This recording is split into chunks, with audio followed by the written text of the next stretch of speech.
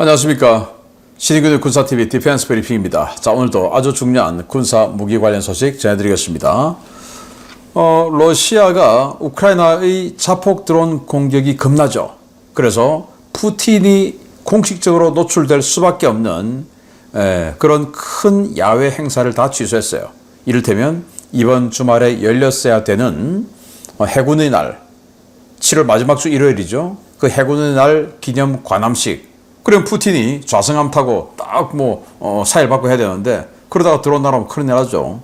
그래서 그런 거 행사 취소하고 또 모스크바에서 열린 방산 전시회, 그것도 푸틴이 직접 또 둘러보면서 격려도 하고 해야 되는데 그러다가 또 드론 날아오면 큰일 나죠. 그래서 취소했는데 취소를 하고 나니까 이건 좀 모양새가 안 좋죠. 그래서 러시아가 사상 최대 규모의 전 해군이 동원되는 7월의 폭풍이라는 이름의 아주 이름은 멋집니다. 대규모 훈련을 하는데 여기에 흑해함대가 빠졌네요. 그 빠진 이유가 뭐냐? 제가 분석해보고 흑해함대 이럴 것 같으면 그냥 간판 내려라 라는 결론에 도달할 수밖에 없는데 어떤 내용인지 보도록 하겠고, 튀르키예가 드디어 영국과 계약을 체결하는 협정에 들어갔습니다. 협정 체결했습니다. 바로 유로파이터 타이푼 전투기 트렌치4 최신형이죠. 그리고 미티어 장거리 공대공 미사일. 자, 이러니까 이스라엘과 그리스가 난리가 났습니다. 어떤 내용인지 같이 보겠습니다. 첫 번째입니다. 튀르키예가 영국과 유로파이터 타이푼 트렌치4 전투기 40대를 거래하는 협정에 서명하고 본격적인 계약 절차에 들어갔습니다. 전투기 그 자체도 문제지만 미티어 미사일까지 대량 공급될 예정이어서 이스라엘과 그리스가 강력하게 반발하고 있다는 소식입니다. 튀르키예와 영국 정부가 현지 시각 7월 23일 이스탄불에서 열린 국제방위산업박람회를 계기로 유로파이터 타이푼 전투기 40대 거래에 대한 협정에 서명하고 제조사인 유로파이터 컨소시엄 측과 본계약 체결을 위한 실무 작업에 착수했다고 밝혔습니다. 유로파이터 컨소시엄에 참여하고 있는 영국 BAE 시스템스는 이날 보도자료를 내고 존 힐리 영국 국방장관과 야샤르 퀼러 튀르키예 국방장관이 유로파이터 타이푼 거래 협정에 서명하고 올가을 이전에 본계약 체결을 위한 실무 작업에 들어간다고 밝혔습니다. BAE 시스템스는 이번 거래로 판매되는 유로파이터 타이푼은 최신 버전인 트렌치4 모델이고 장거리 공대공 미사일인 미티어가 패키지에 포함된다고 밝혔는데요. 튀르키예가 구매할 미티어 물량은 최소 400발인 것으로 전해졌습니다. 튀르키예는 이번 거래에서 상당한 수준의 기술 이전과 현지 부품 생산이라는 옵션도 받아내는데요. 최종 조립은 독일과 이탈리아, 스페인 각 공장에 일정 물량씩 배정되어 진행되지만 부품 일부는 튀르키예에서 생산돼 이들 국가로 납품될 예정입니다. 튀르키예가 유로파이터 타이푼과 미티어 도입을 확정하자 인접한 이스라엘과 그리스는 즉각 반발하고 나섰습니다. 이스라엘 의회 크네세트의 야이르 라피드는 이번 거래는 네타냐후 정부의 총체적 실패다. 이스라엘에 제대로 된 외무부나 정상적인 정부가 있었다면 이 거래는 진작 차단됐을 것이다 라며 초당적으로 이 거래를 막아야 한다 라고 성토했습니다. 그리스 역시 외무부 성명을 내고 영국 측에 강력한 유감을 표하는 한편 미티어 미사일의 생산 주체 중 하나인 프랑스 정부에 튀르키예에 대한 미티어 판매 금지 처분을 재차 요구하고 나섰습니다.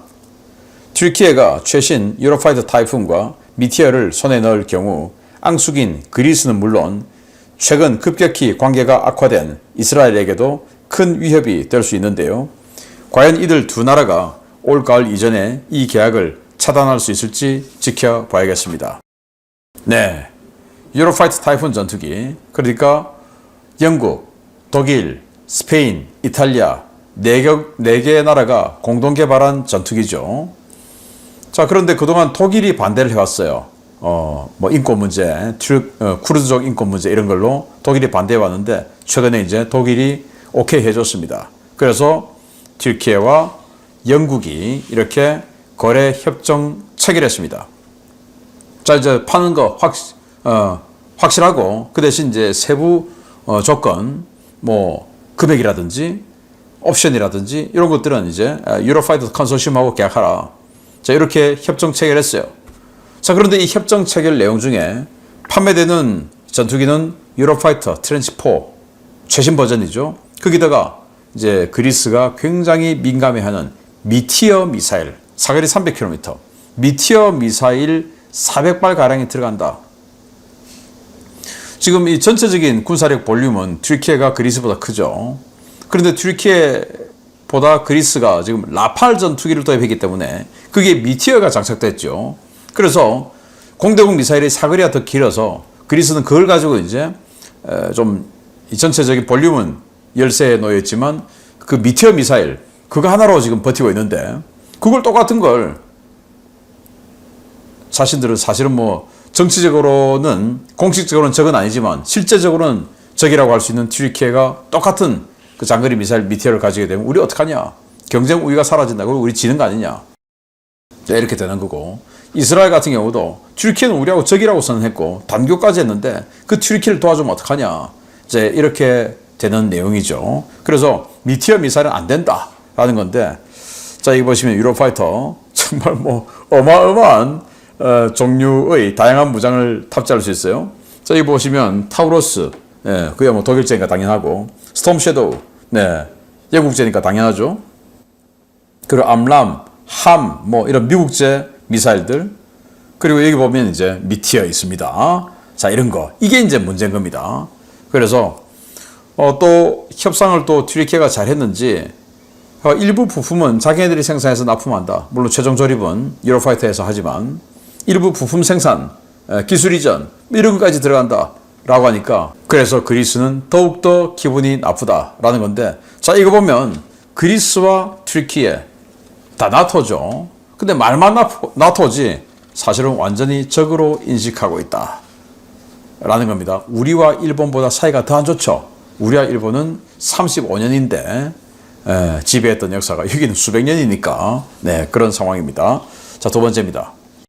우크라이나의 드론 공격을 우려해 이번 주 일요일 산트페테르부르크에서 치러질 예정이던 해군의 날 행사를 취소한 러시아가 자존심 만회를 위해 전 해군력을 동원한 대규모 훈련에 돌입했습니다. 러시아 표현대로라면 모든 가용 자원이 동원된 훈련이라고 하는데 흑해에서 도주한 흑해함대는 바다로 못 나오는 모양입니다. 러시아 해군은 모든 가용 해군 전력을 동원한 각 함대 관할 구역에서 대규모 훈련에 돌입했으며 이 훈련 명칭은 7월의 폭풍으로 명명했다고 러시아 국방부가 현지 시각 7월 23일 밝혔습니다. 러시아 국방부는 이날 보도 자료를 내고 알렉산드르 모이셰이프 총사령관의 지휘 아래 북방함대, 태평양함대, 발트함대, 카스피해 분함대 전력이 모두 참여하는 대규모 훈련이 시작되었다라고 밝혔습니다. 러시아 국방부는 이번 훈련에 150척 이상의 전투함과 120대 이상의 항공기, 해안 방어 시스템 10개 포대, 각종 특수장비 950여 대, 15,000여 명의 병력이 참가하며 고정밀 장거리 무기의 실사격도 이루어질 것이라고 밝혔습니다. 문제는 이번 훈련에서 흑해함대가 제외됐다는 것입니다. 러시아는 이번 보도자료에서 흑해함대에 대한 언급을 전혀 하지 않았는데요. 이는 현재 흑해에 훈련 동원이 가능한 군함이 없기 때문인 것으로 판단됩니다. 러시아 흑해함대에는 크리바급 2척, 아드미럴 그레고로비치급 3척, 스테레구시급 1척과 카라쿠르트급 초기함 4척, 부얀N급 미사일 고속정 4척 등의 수상함 전력이 배치되어 있었는데요. 이 가운데 크리바급 2척은 개전 초부터 실종 상태이고 에드미럴 그레고로비치급 3척 중 1척은 상트페테르부르크에 2척은 흑해 동남부로 대피해 있는 상황입니다. 카라쿠르트급과 부얀N급 역시 내륙 수로를 통해 카스피해로 이동 배치된 상태인데요. 문자 그대로 이름만 남은 러시아 흑해함대. 이쯤 되면 함대를 해체하고 육군으로 돌리자는 이야기가 나오고 있지 않을까 싶습니다. 러시아 함대 전체가 훈련을 한다. 이제 해군의 날 관함식 취소하니까 뭐 그 대신해서 푸틴과는 관계없는 일단 이 해군력 전체가 참여하는 훈련 7월의 폭풍을 한다 라고 하는데 흑해함대는 빠졌어요.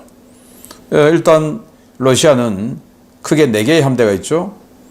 태평양 함대, 흑해함대, 발트함대, 북방함대. 북방함대가 이제 무르만스크 쪽에 있어서 이 핵전력을 많이 사용하고 나머지는 다 지역 함대입니다. 북방함대는 전략함대고, 그리고 카스피에 있는 분함대, 이렇게 이제 5개 함대가 있는데, 흑해함대만 빠지고 나머지는 이제 한다라는 건데, 자, 그런 보도가 이렇게 나와 있습니다. 자, 여기에 뭐 상세한 내용들이 다 있는데, 자, 일단 흑해함대는 그러면 왜 안 하냐? 뭐 전쟁 중이니까 안 한다? 근데 흑해함대가 지금 전쟁을 합니까? 안 하고 있어요. 다 도망가고 없어요, 지금. 자, 여기 보시면 작년 12월 21일 내륙수로 그리고 강하고 운하하고 이렇게 이어놓은 게 있습니다. 내륙수로를 통해 카스피해로 대피 중인 카라쿠르트급의 투차함인데, 자, 이렇게 지금 도망갔어요. 세바스토폴 흑해함대 본거지죠. 거기는 지금 텅텅 비어 있고, 일부 전력은 노보로시스크로 도망가 있고, 그리고 또 이렇게 내륙수로를 이용할 수 있는 작은 덩치의 군함들은 카스피해로 도망가 있어요. 내륙수로 어떻게 가냐? 그렇게 먼데, 자, 흑해가 여기 있죠. 그리고는 이제 케르치옙을 통해서 아조프해로 들어갑니다. 그리고 이런 경로를 통해서 카스피해로 가는 거예요. 돈강이 있고 볼가강이 있는데, 돈강과 볼가강 사이가 떨어져 있는데 여기를 운하로 이었어요.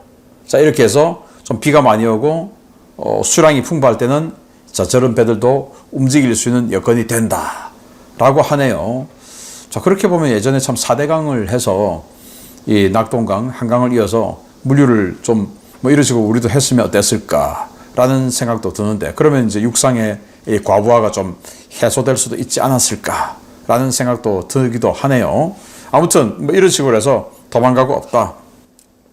아까 그 카라쿠르트급은 1800톤급입니다. 1800톤급까지도 이렇게 운항을 할 수 있고, 또 군함은 또 헐수선이 더 깊죠. 그런데도 불구하고 이렇게 이동할 수 있었네요. 그런데 카스피해로 갔는데 카스피 분함대가 있죠. 그럼 카스피 분함대와 같이 훈련하면 되는데 그래도 안 한다. 그럼 뭐냐? 흑해함대 지금 필요 없잖아. 병력 부족한데. 쿠즈네초프 항공모함의 그 항공모함 수리 도저히 안 돼서 이제 포기하기로 결정했죠.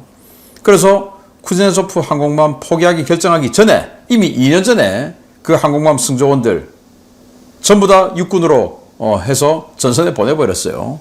그래서 이 흑해함대 뭐 이렇게 되면 전부 육군으로 전속되어서, 아니면 해군 육전대를 가든지 이렇게 해서 전장에 활용해야 되는 거 아니냐. 훈련도 못 뛰는데. 자, 이런 상황이 되지 않을까 싶은데요. 자, 이게 전부 다 우크라이나의 자폭 드론, 그리고 장거리 미사일, 이 공격에 피신해 있는 흑해함대의 처절한 현실이었습니다. 마치겠습니다. 감사합니다.